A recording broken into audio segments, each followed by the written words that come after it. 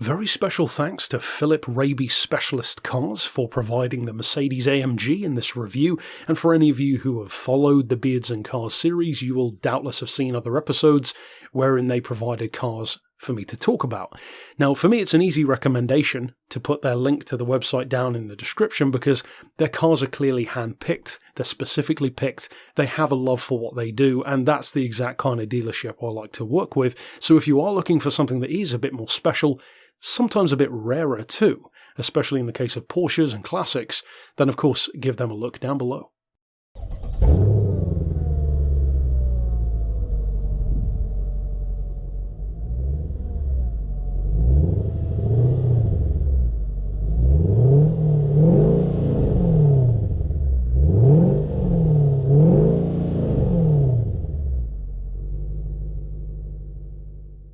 Simply put, the SLK55 is a car that I've always wanted to review in this series. There's something just inherently appealing to me about this concept of almost a modern-day Shelby Cobra, more so than the SL, in fact, wherein you take this small, completely unthreatening, almost pretty little sports car, the SLK, and then just drop this ridiculously oversized AMG V8 engine in there, which could very easily go wrong. And even though it's not a case of going wrong, consider for an example of what I'm talking about, the SLK55 AMG. I also reviewed that, of course, with Philip Raby some months ago on the channel, and that is this car's big brother. Massive V12, an insane amount of torque, and even with a 5-speed gearbox, much higher curb weight of around 2 tons, which should really ground you, it's still easily the lariest car I've ever driven. I've driven cars that were far faster, cars that were far more powerful, but they didn't feel anywhere near as vicious as you could tell that SL65 wanted to be. Even with ESP, traction control, ABS, it felt like it was just a TVR hiding underneath. And for some people that's great, but not necessarily for the kind of people who would probably buy an SL. Sure, they want performance, but they're probably expecting something a bit more poised than that car actually is. That, to me, is the biggest strength of this car.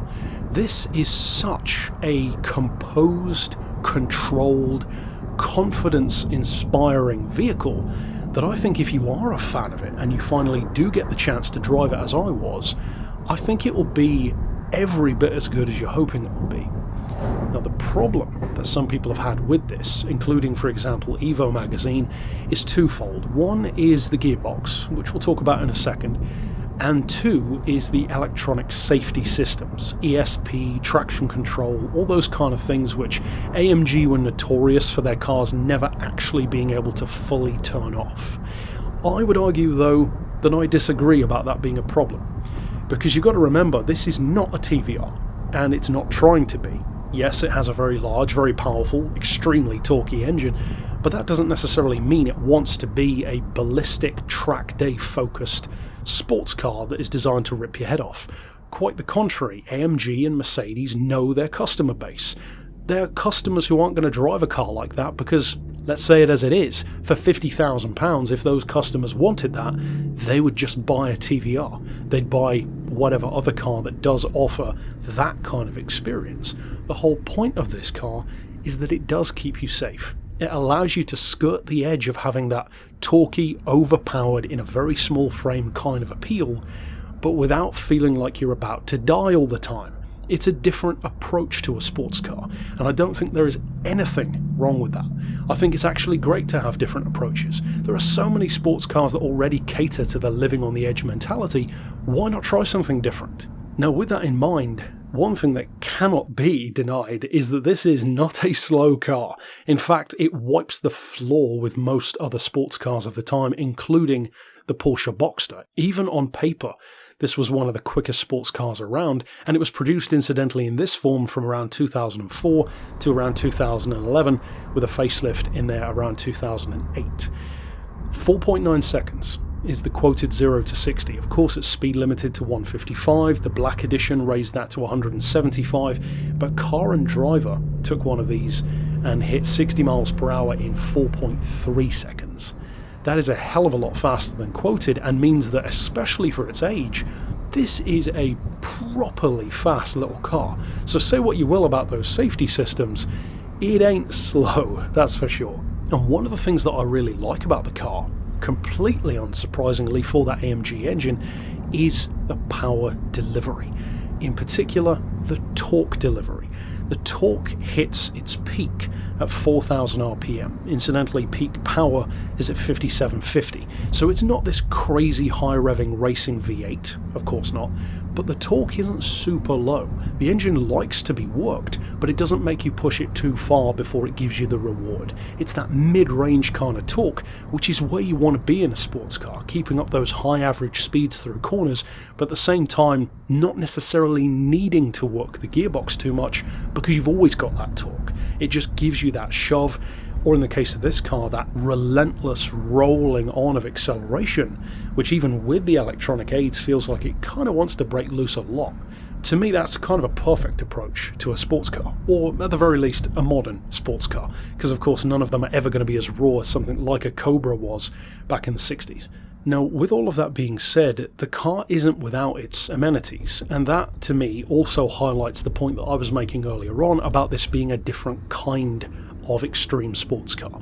Yes, it is muscular, it's a bruiser, it sounds the part, looks the part, has the power, has the torque, has the sheer bragging rights engine size, and of course it has the legendary name of AMG attached. But it also has those comfort features. It even has a very nice little feature which Mercedes themselves call the air scarf, a heater essentially behind your head in the headrest of the seat, which keeps your neck warm even with the roof down. It's not something which most sports car owners who are looking for a TVR are necessarily going to want. As I said, it's a different kind of car for a different kind of buyer. It also has a very nicely operating folding roof. Gets up and down in about 22 seconds, which is quicker than the previous car, and incidentally these are bigger than the outgoing model. They're longer wheelbase as well, wider, taller, but also more aerodynamic, and of course the weight is much higher as well, but as I've already alluded to, that increase in weight is very well utilised. In fact, I believe that the overall feeling of confidence that this car gives you is easily its strongest point, with the engine being its second strongest point. The car feels so well balanced to the point of being almost, in my opinion at least, better than a mid-engine sports car would be. I've driven a few mid-engine cars at this point, and I'm never a huge fan of how vague they can sometimes feel. Sure, they can be extremely quick, and they are very popular, so I'm sure it's me that's the outlier, but front engine, even front mid, to me just feels more composed. You can tell more what a car like that is going to try and do, be it step the tail out, overcook a corner, whatever the case may be. In the case of this car, the weight is so nicely placed within that frame, and it feels like it really is displaced throughout its entire length and width really, really nicely. It's a lovely car in terms of balance. Now, as I mentioned earlier on, these cars were about £50,000 when new, so what are you going to pay these days? Well, actually, that's one of the crazy things. These are very reasonably priced cars, and I would actually say they are potentially a better deal than most SLs of this era. Of course, the SL being the R230 shape from this time, still a very pretty car. I believe Top Gear magazine called it one of the prettiest cars around, justifiably so. You can even buy an SLK55 AMG for a similar kind of price to one of these. Now that one has the same size engine, but considerably more power, around 100 horses more, but it's also carrying a lot more weight, it's a much larger car, and has much more of the overt long-distance approach. The reason why I think this is actually a better option is because this car has performance which feels more playful, more usable, certainly through tight, twisty corners, and it's also a car which you could almost just use every day if you wanted to. The fuel economy, although thirstier than some, is quite livable, I would say, and as long as your space requirements aren't crazy, for example, the boot space is good enough most of the time for a sports car. The interior certainly has enough space to not be uncomfortable or too cramped, unless you're, say, over 6'7" or something like that. For me, for example, there's more than enough space to drive it comfortably, and it's that kind of comfort level, that kind of safety, that kind of kit, which even allows that to be a discussion. Some people, sure, will use a Cobra or a TVR or a Porsche Boxster, whatever, as a daily driver, but that's a choice you really have to think about. because you do lose certain amenities. A car like this, it's barely even a decision. Of course you can use it every day, it's a Mercedes. But to get back to the point of pricing now, at least here in the UK, and of course this will vary quite a bit depending on where you are in the world, you're looking at anywhere between just under £14,000 and feasibly up around £24,000-25,000 for a really, really low mileage car. And as far as the Black Edition, which of course increases the power to just under 400, increases the torque, increases the speed limiter, drops the acceleration, etc., well, all bets are off for one of those for obvious reasons, but for these, as I said, the pricing is very reasonable.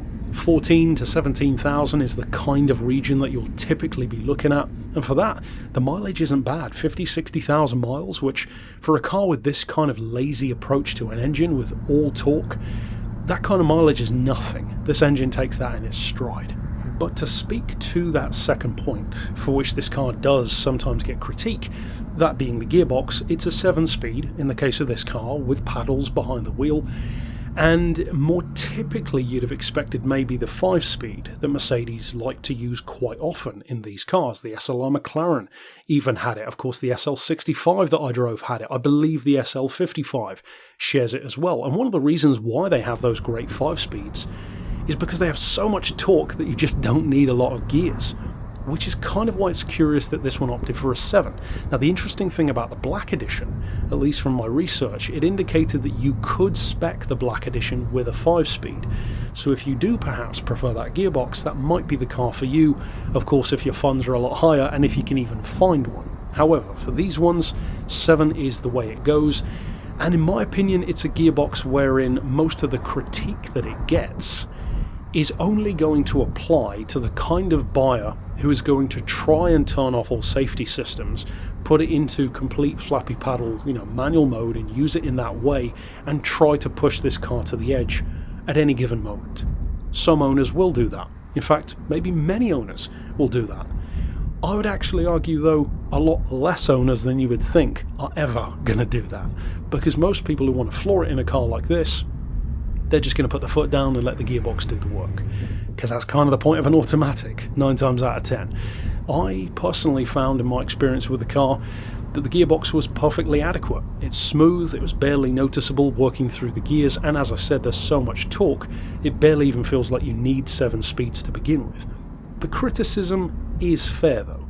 From what I've heard, some people don't like, such as again Evo Magazine, that the gearbox, when using the paddles, takes a little bit too long to change up and down through the gears, which can kind of throw off your racing line. But again, that kind of highlights the point.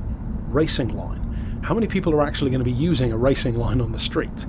I just think it's an issue which, although true, doesn't have anywhere near as much validity in the real world 98% of the time as some journalists may lead you to believe. I believe that this car is perfectly capable at what it does best, which is being a surprisingly civilized, extremely torquey, very pleasant and lovely experience.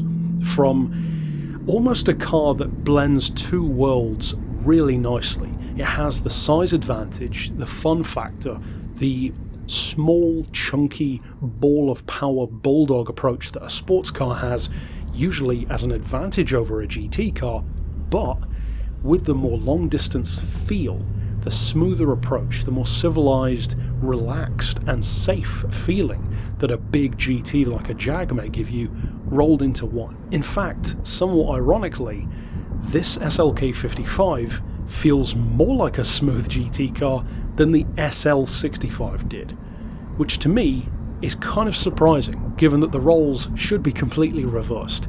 Some people may not like that, but I think more people may actually love this car if they give it a chance, because it does have a certain image that tends to be the lower models, a little bit of a cute car, a little bit of maybe a hairdresser's car in the vein of an Audi TT. I would encourage you to put those thoughts to one side, try the AMG if nothing else, because this car actually has a lot more to offer, especially once again for that say £14,000 to £17,000 price range, because you really can get a lovely example even within that. These are cars which are so unique on the market, being essentially a muscle sports car. I think it's actually a pretty cool concept, and one which, especially for the Chrysler era of Mercedes, they pulled off pretty damn well. It could have easily gone very wrong, as many AMGs are a bit patchy from that time, but this, in my opinion, is one of the good ones. Overall though, that's it for my thoughts on the SLK55. If you are an owner of one of these, if you've still got one, if you're just a fan, of course drop your thoughts down below, maybe something which you may disagree with, something you'd like to add, or maybe even cautions, concerns, or things to expect for other potential owners who are watching the review. And of course, if you want to check out the other reviews that I mentioned, you can click the little eye at the top of the screen, or just click through here to the playlist for Beards and Cars. But until next time, I'll see you then, and for now, as always, thanks for watching.